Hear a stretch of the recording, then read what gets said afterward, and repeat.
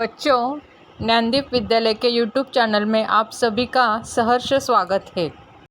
बच्चों, आज हम कक्षा 7वीं का देहात और शहर यह पाठ सीखने जा रहे हैं, जिसे लिखा है अभिषेक पांडे जी ने। बच्चों, इस पाठ में पत्र के माध्यम से शहर और देहात की वर्तमान स्थिति का वर्णन किया गया है।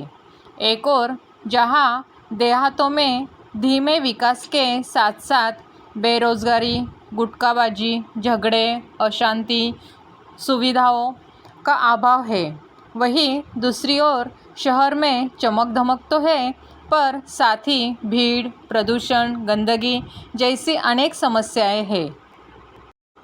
प्रिय मित्र शहर, नमस्कार। कल तुमसे बात हुई, मेरे सुख दुख के संबंध में पूछा। धन्यवाद। बहुत सारी बातें मन में है, सब कुछ दूरध्वनि पर कहना मुश्किल है। सोचा पत्र ही लिखूं। अब मैं अपना दुखड़ा क्यों रोऊं, इसलिए इस बार कुछ अच्छी बातें भी तुमसे साझा करता हूँ। डिजिटल क्रांति का थोड़ा असर हमारे गांव में भी दिखाई पड़ने लगा है। मोबाइल के माध्यम से नित नवीन सूचनाएं हम तक पहुंचने लगी है। स्वच्छ ग्राम स्वस्थ ग्राम परियोजना घर घर तक पहुंच गई है। ग्रामजन भी शिक्षा, स्वास्थ्य, रोजगार, खेती के नवजीवन औजारों और आधुनिक खेती की पद्धतियों को थोड़ा थोड़ा जानने लगे हैं। घर घर में शौचालय जैसी सुविधाएं प्राप्त हो गई है। हालांकि कुछ परेशानियां अब भी वही की वही है। पीने का पानी लाने के लिए दूर दूर तक जाना पड़ता है। मेरे यहाँ विद्यालय तो है, पर उनमें आवश्यक सुविधाएं नहीं है। महाविद्यालय तो हमारे गांव से बहुत दूर है। तुम्हारे बारे में सोचता हूँ तो लगता है कि तुम्हारे पास अत्याधुनिक और अच्छी सुविधाएं, विकसित तकनीक है। तुम्हारी दिन दुनी रात चौगनी उन्नति हो रही है। तुम कितने सुखी हो। यातायात के आधुनिक साधन, पक्की चौड़ी सड़कें, बड़े बड़े शॉपिंग मॉल और 24 घंटे बिजली की सुविधा तुम्हारी शान में चार चांद लगा देती है। कभी कभी मन बहुत उदास हो जाता है।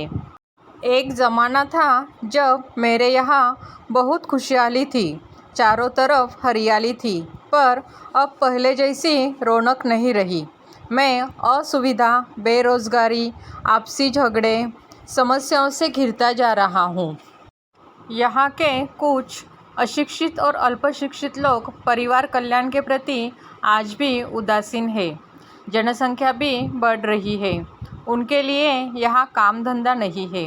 रोजगार की तलाश में लोग शहर जा रहे हैं। यहाँ काम के लिए मजदूर नहीं मिलते हैं।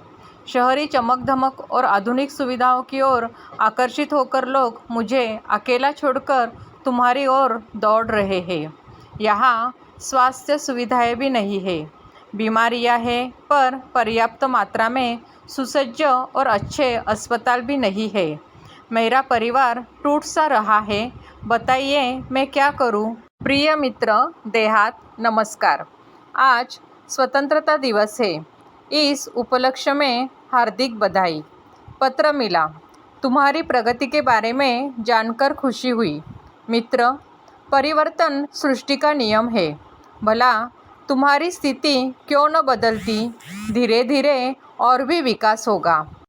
माना कि कुछ परेशानियां हैं, वहाँ के परिवार तेजी से मेरे यहाँ आ रहे हैं, परंतु यहाँ आकर भी सब कहाँ सुखी है। चिराग तले अंधेरा है। जिन बस्तियों में, जिन हालातों में वे रहते हैं, तुम सुनोगे तो बेचैन और व्यथित हो जाओगे। मेरे यहाँ की दिन ब दिन बढ़ती भीड़ से मैं परेशान हो उठा हूँ। जिस चमक धमक की बात तुम कर रहे हो, वह सबको कहाँ उपलब्ध है।